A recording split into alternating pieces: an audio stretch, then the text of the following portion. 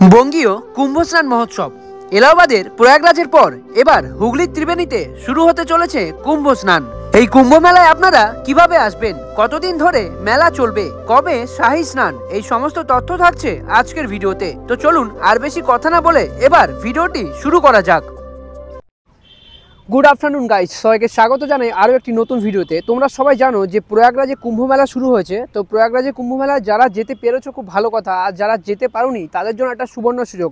বাংলায় এই বঙ্গে আর কি কুম্ভ মেলার আয়োজন করেছে রাজ্য সরকার, সেটা হচ্ছে হুগলির ত্রিবেণীতে। এটা কল্যাণী থেকেও আসা যায় খুব কাছে। কীভাবে আসবে সব কিছু তো বলবোই, তার আগে বলি এই কুম্ভ মেলা শুরু হবে এখানে হচ্ছে 11ই ফেব্রুয়ারি, 12ই ফেব্রুয়ারি এবং 13ই ফেব্রুয়ারি, মোট 3টে দিন এখানে কুম্ভ মেলা চলবে। তো তোমরা যারা প্রয়াগরাজে কুম্ভমেলা যেতে পারোনি তারা অবশ্যই এখানে আসবে। আর এখানে কি করে আসবে সেই সব কিছু আমি তোমাদের জানাবো। যারা আর কি কলকাতা থেকে আসবে তারা কিভাবে আসবে, মানে এখানে আসার সমস্ত ডিটেলস আমি আর কি এই ভিডিওতে দিয়ে দেবো। তো চলো আর বেশি কথা না বলে এবার ভিডিওটি শুরু করা যাক। আচ্ছা, এবার বলি এই ত্রিবেণী সঙ্গমে কি করে আসবে। সর্বপ্রথম যে কোনো ট্রেন ধরে নামতে হবে কল্যাণী স্টেশনে, তারপরে কল্যাণী 1 নম্বর প্ল্যাটফর্ম থেকে বাইরে বেরিয়ে ম্যাজিক গাড়ি ধরতে হবে। গাড়িতে 20 থেকে 25 মিনিট সময় লাগবে, আর জনপ্রতি 25 টাকা করে ভাড়া নিয়ে তোমাকে নামিয়ে দেবে কল্যাণী ত্রিবেণী সঙ্গমের একদম পাশে। আচ্ছা, ম্যাজিক গাড়ি তোমাকে এই জায়গাটা নামিয়ে দেবে। এবার আমাদের যেতে হবে হচ্ছে এই দিকে, মানে হচ্ছে যেখানে মেলা হবে সেটা হচ্ছে এই দিকটা। তো চলো এখন ঘাটের দিকে যাই। আর এই রাস্তার পাশে এই যে মাঠটা দেখতে পাচ্ছ, এই মাঠেই হবে কুম্ভ মেলার যে মেন মেলাটা বসবে, সেটা হবে এই মাঠেই। এই মাঠটা হচ্ছে ত্রিবেণী শিবপুর স্পোর্টিং ক্লাব। মেলার সময় এই মাঠেই আর কি সব কিছু বসবে, সমস্ত আর কি দোকানপাট আর কি তোমার নাগরদোলনা আর কি এই মেলাতেই বসবে, এই মাঠেই বসবে। আর মাঠটা দেখতে পাচ্ছ কতটা বড়। আর সাধু সন্ন্যাসীরা এখানেও থাকবে। আর এখানটা আর কি যজ্ঞ হয়েছিল, সেই জায়গাটা তোমাদের একটু দেখাই। এই জায়গাটায় কদিন আগে যজ্ঞ হয়েছিল কুম্ভ মেলার, যে আর কি প্রথম যে পুজো আর কি কিছু সাধু সন্ন্যাসীরা করেছিল সেটা এই জায়গাটাই করেছিল। আমার সামনে দেখতে পাচ্ছ বঙ্গীয় ত্রিবেণী কুম্ভস্নান মহোৎসব, এখানেই আর কি কুম্ভস্নানটা হবে। এখন আমরা এইদিকে যাব। তোমরা যারা কল্যাণী থেকে আসবে, এদিক থেকে আসবে, তোমরা ওই যে অটো স্ট্যান্ড ওখানে নামবে না, তোমরা এই মোড়টা নামবে, তাহলে আর কি এই পাশেই কুম্ভস্নানের যে গেট, যে ঘাট আর কি সেটা এইদিকে, তাহলে বেশিটা হাঁটতে হবে না তোমাদের। ঢুকে পড়েছি গেট থেকে ভেতরেই। আর গেট থেকে ভেতরে ঢুকেই এদিকে কত বড় একটা ব্যানার দেখো, বঙ্গীয় কুম্ভস্নান মহোৎসব, স্থান হচ্ছে ত্রিবেণী বাঁশবেড়িয়া, জেলা হচ্ছে হুগলি। আর এদিকে ঘাটের পাশেই অনেক কিছু আছে, অনেক ঢপ ঠপ আছে, তোমরা এখান থেকে জল ভরে নিতে পারো। এই যে সামনে গঙ্গা, অনেক দোকান আছে এখানে। এই ডালাগুলো কত করে? আচ্ছা, এগুলো হচ্ছে 10 টাকা করে ডালাগুলো, দেখতে পাচ্ছ। আর এখানেই ঢপ আছে, তোমরা এখান থেকে ঢপ টপ নিয়ে যেতে পারো, জল আর কি ভরে বাড়ি নিয়ে যাবে। আর ঘাটে দেখো এখন কত লোক স্নান করছে। ঘাটের পাশেই এখানে মহিলাদের আর কি কাপড় ছাড়ার ঘর বানানো হয়েছে। আর এদিকে দেখতে পাচ্ছ বঙ্গীয় আর কি কুম্ভস্নান মহোৎসব, 10,000 প্রদীপ জ্বালানো হবে এখানে, 10,000 প্রদীপ। আর মেলাটা চলবে হচ্ছে 11 তারিখ, 12 তারিখ ও 13 তারিখ, 13ই ফেব্রুয়ারি, 3 দিন ধরে আর কি এখানে মেলাটা চলবে। এই কুম্ভ স্নান এখানে 3 দিন ধরে চলবে। তার মধ্যে আশা করা যায় যে 12ই ফেব্রুয়ারি অর্থাৎ মাঘী পূর্ণিমার দিনই সব থেকে বেশি ভিড় হবে। আর মেলার সময় এই রাস্তাটাকে মাঝখান থেকে আর কি ব্যারিকেড দেওয়া হবে, মানে একদিক থেকে লোকজন যাবে এবং একদিক থেকে লোকজন আসবে। এদিকে হচ্ছে সেই ঘাট যেখানে আর কি সবাই স্নান করবে। আর এদিকে এখানে হচ্ছে সামনে একটা আশ্রম রয়েছে, সম্ভবত স্বামী অভয়ানন্দ গোস্বামীর আশ্রম। তো চলো আশ্রমের দিকে যাই, একটু দেখি। আর শ্রী শ্রী স্বামী অভয়ানন্দ গিরি আর কি পরমহংসদেবের আশ্রম এখনো কাজ চলছে।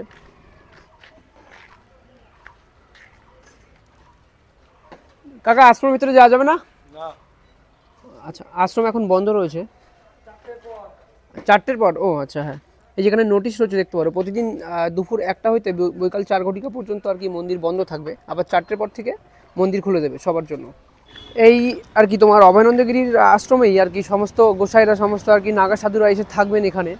আর এই মন্দির তো বিকাল 4টের পর থেকে আর কি খোলে। তো চলো এখন আমরা যাবো হচ্ছে পুরোনো ঘাটে, হ্যাঁ, যে ঘাট থেকে দেখা যায় আর কি সরস্বতী নদীকে। আর একটা কথা বলি তোমাদেরকে, সরস্বতী নদী হচ্ছে কোথাও দেখা যায় না, সব জায়গায় আর কি মাটির নিচ থেকে বয়ে চলে, কিন্তু এই জায়গায় সরস্বতী নদী দেখা যায় একটা খাল হিসাবে আর কি বয়ে চলেছে, ছোট্ট একটা খাল হিসেবে। চলো সেই জায়গাটায় এখন যাবো।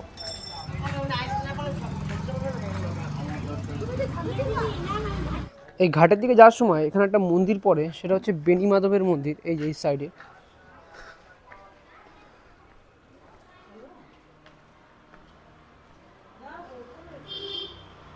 জয় বাবা বেণীমাধবের মন্দির এটা।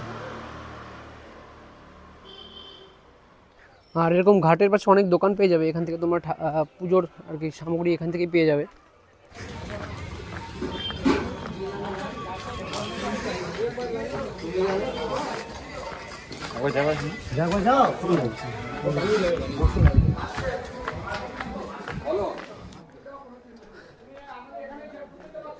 চলে এসছি আর একটা ঘাটের এখানে, আর সামনে হচ্ছে ঘাট।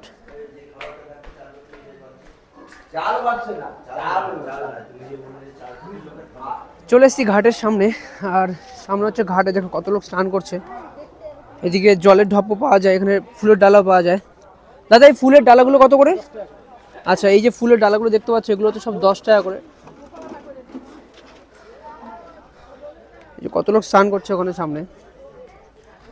তোমরা প্রত্যেকটা ঘাটের পাশে এরকম ফুলের ডালা, মোমবাতি সবকিছু আর কি এখানেই পেয়ে যাবে।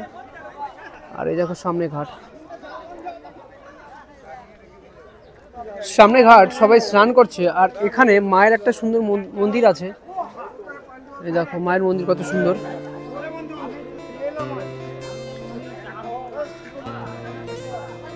যে এদিকে আরো কটা আর কি ঠাকুর রয়েছে, ছোট ছোট করে রাখা রয়েছে। আর সামনে হচ্ছে খোলা ঘাট।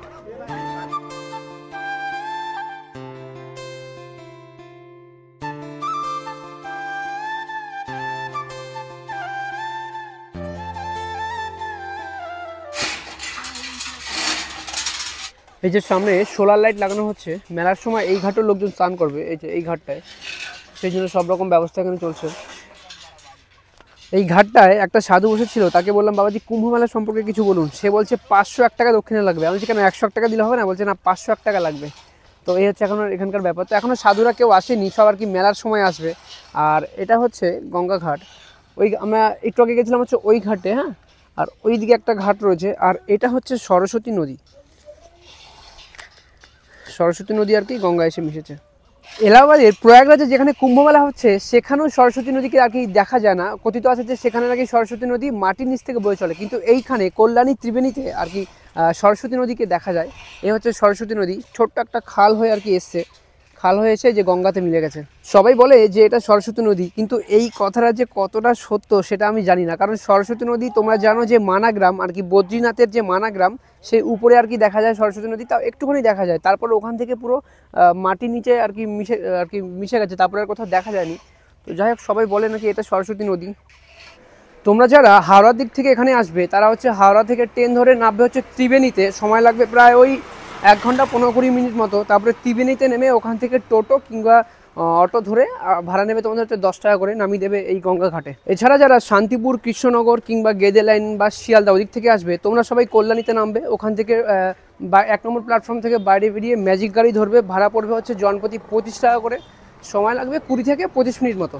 তো আজকের ভিডিও এখানেই শেষ করছি। ভিডিওটা যদি ভালো লাগে ভিডিওটিকে একটি লাইক করে চ্যানেলটিকে সাবস্ক্রাইব করে রাখবে। আর তোমরা কবে এই কল্যাণীর কুম্ভ মেলাতে আসবে সেটা কমেন্ট করে জানিও। তো যাই হোক, আজকের ভিডিও এখানেই শেষ করছি। সবাই খুব ভালো থাকো, দেখা হচ্ছে পরবর্তী ভিডিওতে।